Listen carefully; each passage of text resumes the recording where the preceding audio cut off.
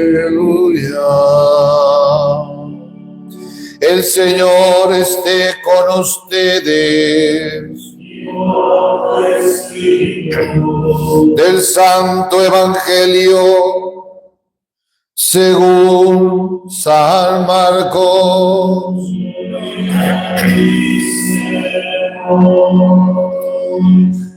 En aquel tiempo se acercaron a Jesús unos fariseos y le preguntaron para ponerlo a prueba: ¿le es lícito al varón divorciarse de su mujer? Él les respondió: ¿qué les prescribió Moisés? Ellos contestaron: Moisés nos permitió el divorcio mediante la entrega de un acta de divorcio a la esposa. Jesús les dijo: Moisés prescribió esto debido a la dureza del corazón de ustedes. Pero desde el principio, al crearlos, Él los hizo masculino y femenino. Por eso dejará el hombre a su padre y a su madre, y se unirá a su esposa, y serán los dos una sola cosa. De modo que ya no son dos, sino una sola cosa. Por eso lo que Dios unió, que no lo separe el hombre. Ya en casa los discípulos le volvieron a preguntar sobre el asunto. Jesús les dijo: si uno se divorcia de su esposa y se casa con otra, comete adulterio contra la primera. Y si ella se divorcia de su marido y se casa con otro, comete adulterio. Después de esto, la gente le llevó a Jesús unos niños para que los tocara. Pero los discípulos trataban de impedirlo. Al ver aquello, Jesús se disgustó y les dijo: dejen que los niños se acerquen a mí y no se lo impidan, porque el reino de Dios es de los que son como ellos. Les aseguro que el que no reciba el reino de Dios como un párvulo, no entrará en él. Después se puso a abrazar a los niños y a bendecirlos imponiéndoles las manos. Hacemos reverencia a la palabra. Palabra del Señor.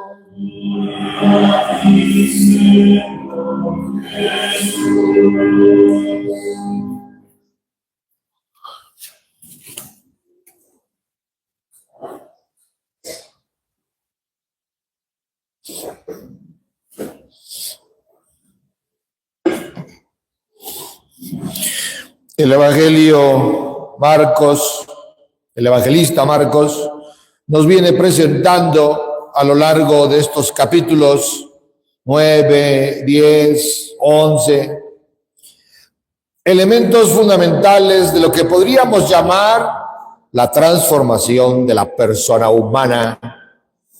El domingo pasado escuchábamos aquel pasaje en el que se presenta la reorientación de las estructuras básicas de la persona: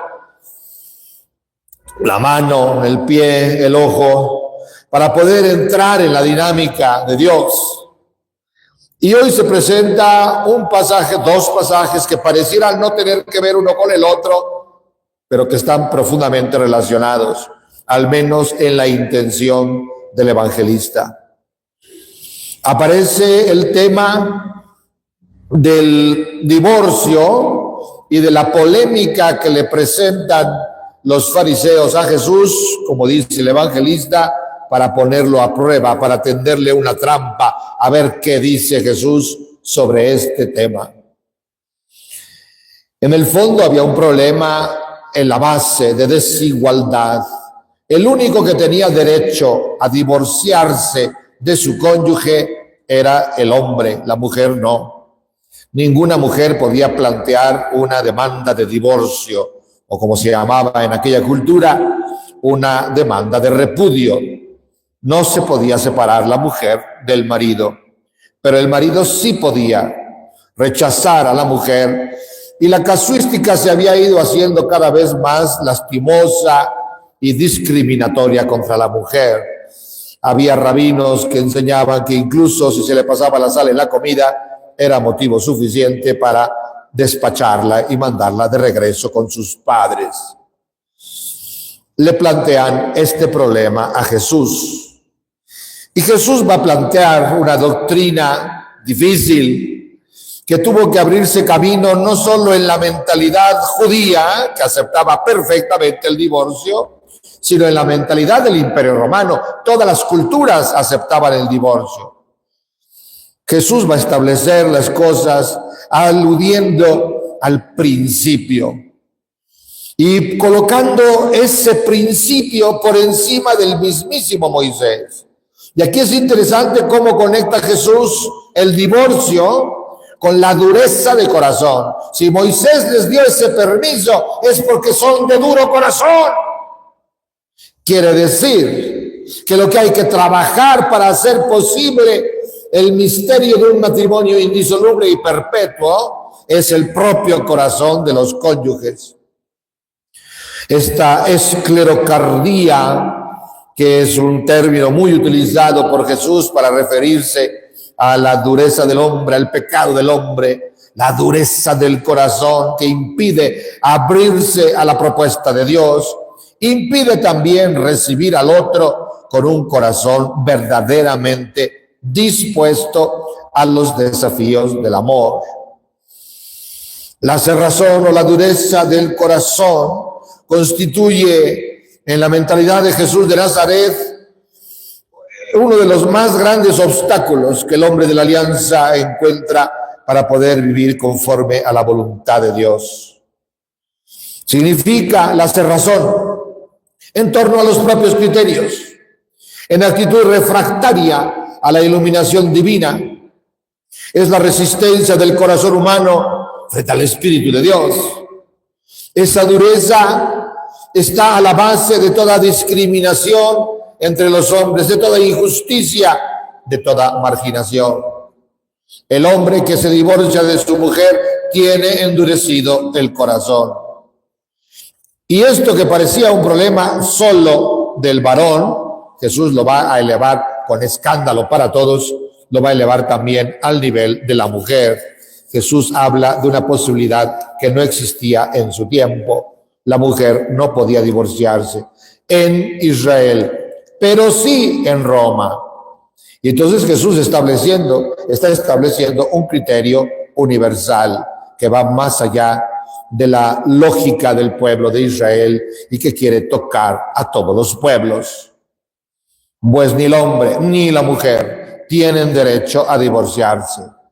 Y si se divorcian y se casan con otro o con otra, cometen adulterio. Jesús es implacable en este punto. No se puede modificar ese aspecto de la doctrina de Jesús sin echar abajo toda la dinámica del Evangelio. La razón, se han preguntado muchos, de esta postura absurda del maestro que va contra la lógica, que va contra la carne misma, contra la disposición natural de las personas. Si ya no se llevan bien, que se separen, ¿no es cierto? ¿Por qué tendríamos que estar atados toda la vida a una persona que nos ha hecho sufrir? Jesús quiere vincular esta propuesta revolucionaria para su tiempo y para todos los tiempos, al menos incómoda para todos los tiempos. Hoy no parece revolucionaria, parece retardataria, parece ultraconservadora, atrasada. Hoy el divorcio está aceptado en todas las culturas y a la iglesia se le ve como una comunidad de fanáticos que se aferran a realidades que van contra la dignidad de la persona humana. La dureza de corazón ha hecho al hombre incapaz para el amor divino. Es decir, ha encerrado al hombre dentro de ciertas categorías que son meramente carnales, es decir, que son establecidas desde un límite, el límite de la propia creaturalidad, de la propia finitud. Que no se me pida algo más de lo que mis fuerzas son capaces de dar. Pero es que precisamente en eso consiste el Evangelio, en avisarle, en informarle a la persona humana que si se deja tocar por Cristo y por su Evangelio, va a ser capaz de lo imposible, de lo que parece inaudito, de lo que parece desbordar la lógica y la sensatez de lo humano. Estamos llamados, y en eso el gran teólogo Karl Rahner tenía mucha razón, el hombre está llamado a ser más que hombre. La trascendencia a la que estamos invitados por la irrupción de Dios en la historia, esta trascendencia significa que nuestra felicidad está fuera de lo humano, más allá de lo humano. Tiene su raíz en el corazón humano, tiene su raíz en el alma humana, en la comprensión que cada uno de nosotros va logrando a lo largo de la vida, de las realidades que le circundan y que le amenazan. Pero va más allá. No hacía falta la encarnación del Verbo para proponer horizontes de felicidad meramente intramundanos, intrahistóricos, atrapados en la carne de la finitud. La gran noticia, el buen evangelio, significa que el hombre puede y está llamado a ser más que simple hombre. Está llamado a ser hijo de Dios. Y si está llamado a ser hijo de Dios, está llamado a vivir el proyecto de Dios, que desde la creación invitó al hombre a esta complementariedad, de tal manera que en el otro, en el tú, encuentra el hombre la posibilidad de realizarse plenamente y de caminar hacia una aventura que parece imposible. Dejan de ser dos, se convierten en uno. Ese uno, llamado en el Génesis una sola carne, significa una sola realidad, finita es verdad, transida de precariedad, de vulnerabilidad. No es que logran una realidad colosal, invencible, inatacable. Logran una realidad que se fusiona en la precariedad. Por eso se subraya una sola carne. Y la carne en la Biblia significa lo precario del hombre. El matrimonio se construye sobre la miseria de los cónyuges, no sobre sus virtudes. Sobre la miseria, sobre el dolor, sobre los límites, sobre el fracaso de cada uno. Sobre eso se construye la perpetuidad. ¿Por qué, mis amados? La lógica de la teología cristiana del matrimonio se basa precisamente en la capacidad de abrazar con el amor divino al otro en su totalidad. A diferencia de lo que es la lógica humana, que abraza al otro en sus cualidades, en sus logros, en sus aciertos, en sus bellezas, y rechaza del otro su miseria. Cuando se vive según esas categorías, es imposible el matrimonio. La prueba está en que la gente no dura ni 5 años, al menos en la Ciudad de México. La mitad de los matrimonios no llegan al 5º año de los matrimonios registrados ante la autoridad civil. Nuestros jóvenes son cada vez menos capaces de vivir la locura del amor cristiano, porque son cada vez menos capaces para la fe y menos capaces para los requerimientos de la fe. Capacidad de sacrificio. Fracasan por egoístas, por cobardes, por apegados a su propio placer y comodidad. Y ha desaparecido del horizonte de su realización plena el sacrificio, la entrega por el otro. El humillarse ante el otro ha desaparecido por completo. Por lo tanto, cada vez menos cristianos y por lo tanto cada vez menos posibilidad para el matrimonio, que es cúspide de la propuesta cristiana del amor. Serán los dos una sola carne. La traducción mexicana, abusando de los manuscritos originales de Marcos, introdujo una frase que sí viene en el Génesis, pero que Marcos le quitó a la cita que está haciendo Jesús del Génesis. Al crearlos desde el principio, los hizo masculino y femenino. Es una manera extraña de referirse a... No dice la palabra hombre o la palabra varón y no dice la palabra mujer. Utiliza las palabras masculino y femenino como estructurantes de toda la realidad.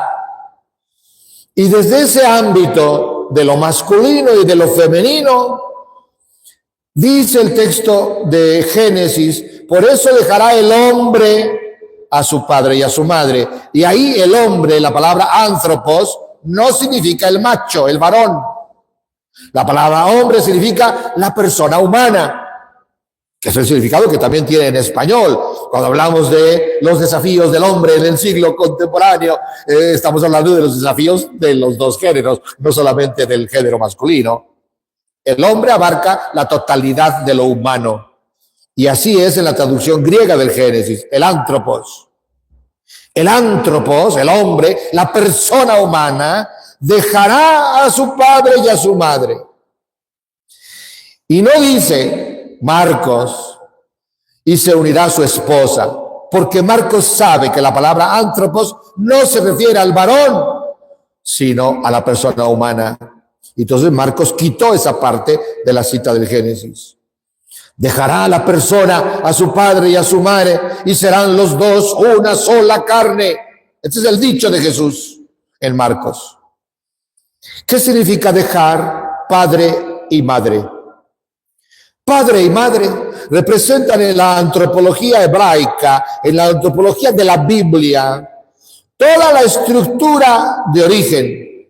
Los criterios, los principios, los modos de entender la realidad y de actuar en la realidad que hemos recibido de nuestro origen, del entorno familiar, de las estructuras que otros nos transmitieron para ayudarnos a entrar en la vida adulta. Lo aprendido del pasado, las estructuras que dan lugar al que soy hoy porque vengo de una historia. Bueno, para poder abrazar una aventura de futuro, serán algo, dice el texto bíblico, serán en clave de futuro, es necesario romper con el pasado. Y esto cuesta mucho trabajo al hombre, no solo a los que se van a casar, en toda la aventura humana, ¿verdad que sí? Al asumir un nuevo proyecto de trabajo, al definir la propia vocación, quizás artística, ¿no? Lanzarse, aunque la familia se oponga a que seas pintor, lanzarte a esa aventura. Toda propuesta de futuro que no se ajuste a los esquemas del pasado entra en conflicto con esos esquemas. Y el hombre es invitado, confiando en que hay alguien que guía su historia hacia plenitud, invitado a romper con su pasado. Así arranca la historia de la salvación. Dios le dice a Abraham, deja tu tierra y la casa de tu padre y vete a la tierra que ya te mostraré. Se abre un futuro, por el momento desconocido, incierto, solo depositado en la confianza, en la providencia divina, pero para poder abrazar ese futuro se requiere romper con el pasado.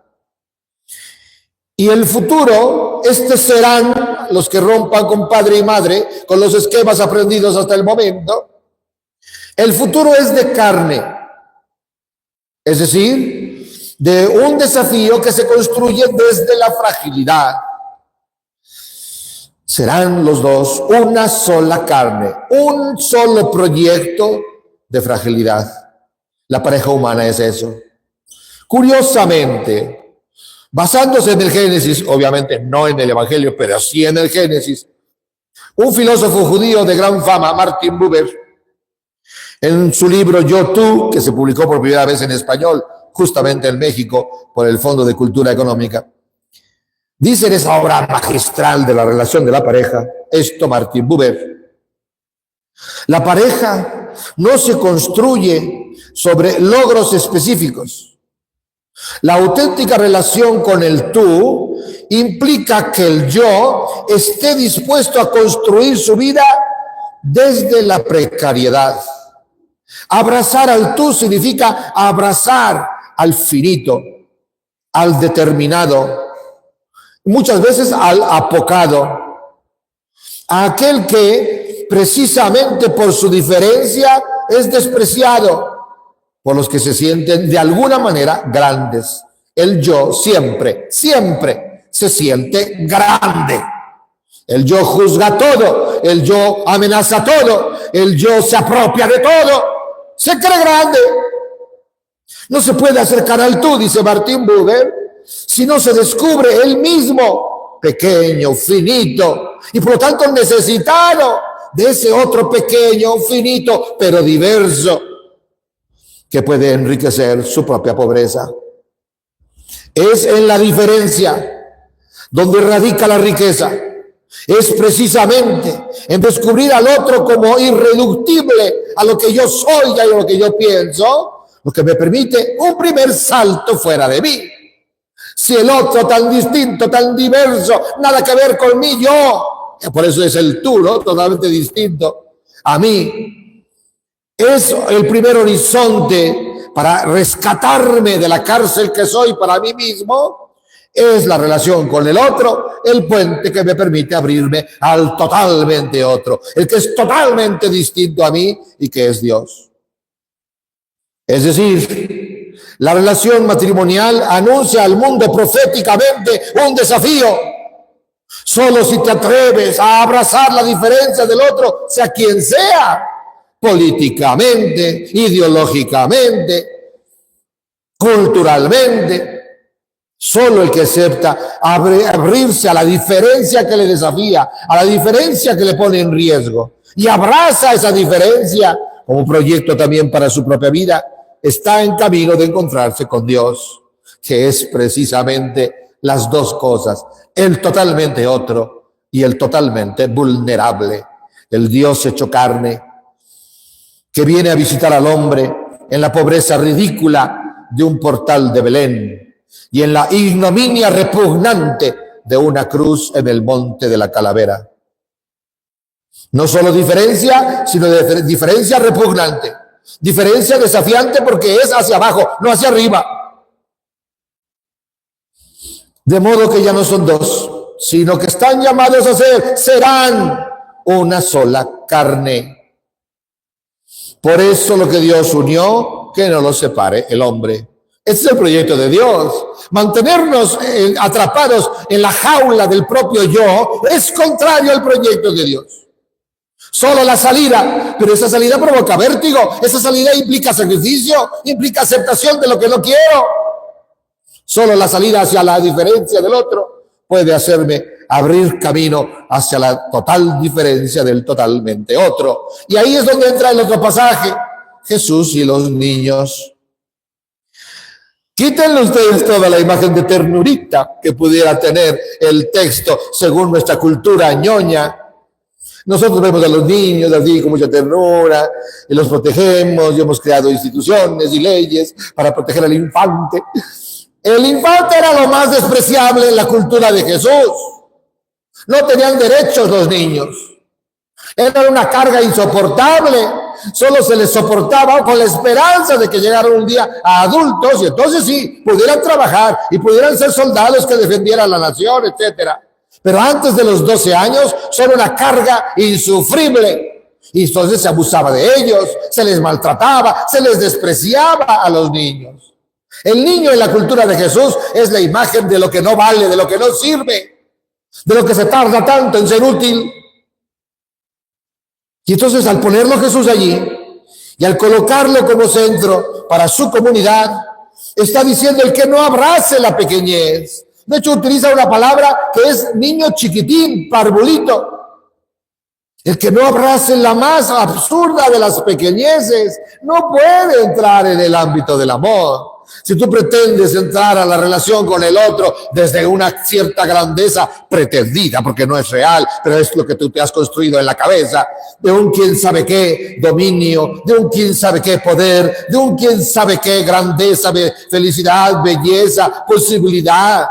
Si te acercas desde allí, el otro siempre será poca cosa para ti. Y no tienes por qué aguantarlo. Y al primer conflicto, cada quien para su casa. No tengo por qué soportar a este o a esta, ¿no?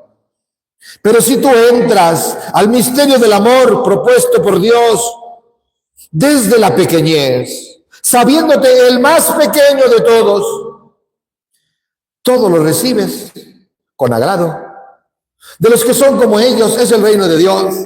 Porque los niños lo reciben todo y no lo cuestionan. Lo abrazan, forma parte de la aventura de la vida. Si el padre se lo está dando, debe ser bueno y lo abrazan inmediatamente. Ahí tienen ustedes el ejemplo de Isaac, que va camino de la montaña donde va a ser sacrificado. Confía en su padre.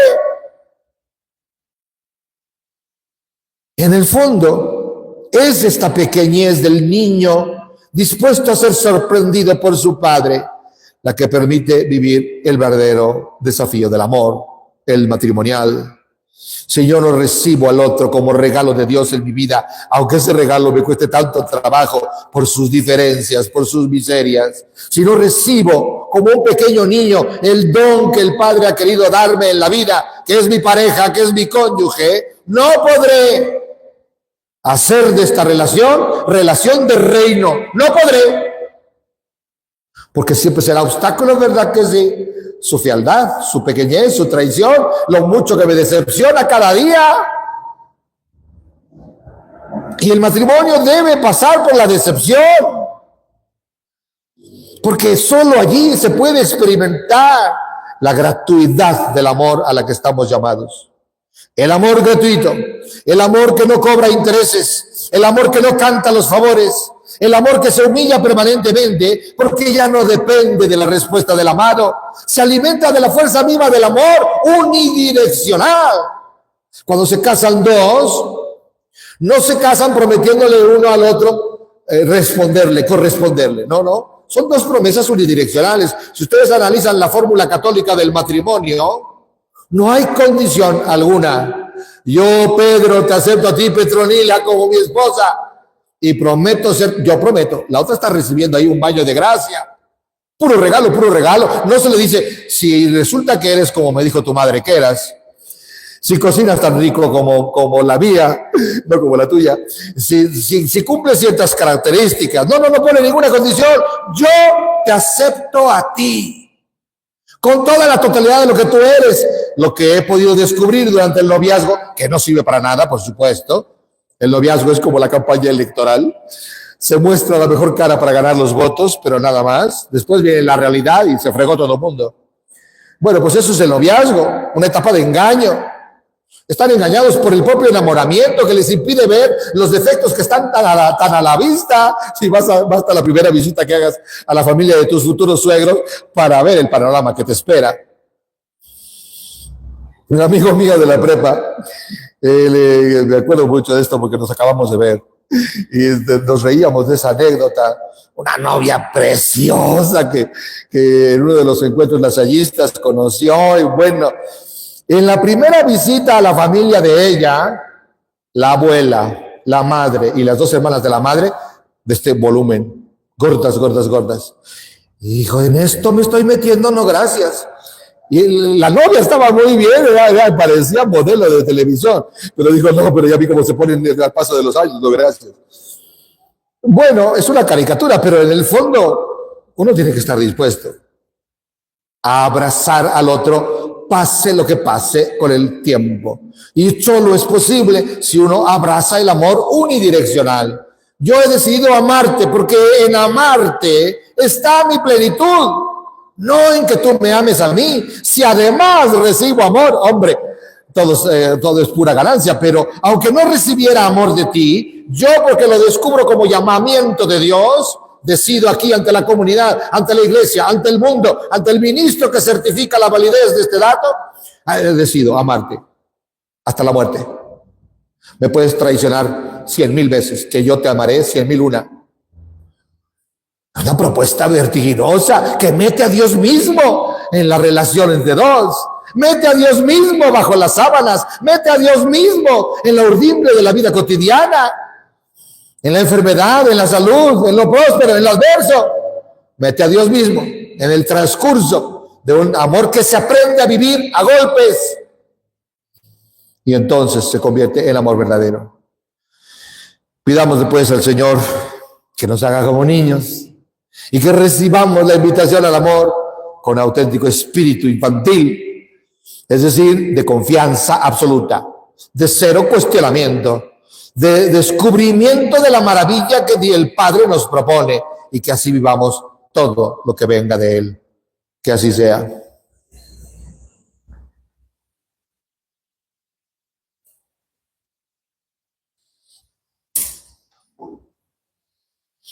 Muchas gracias.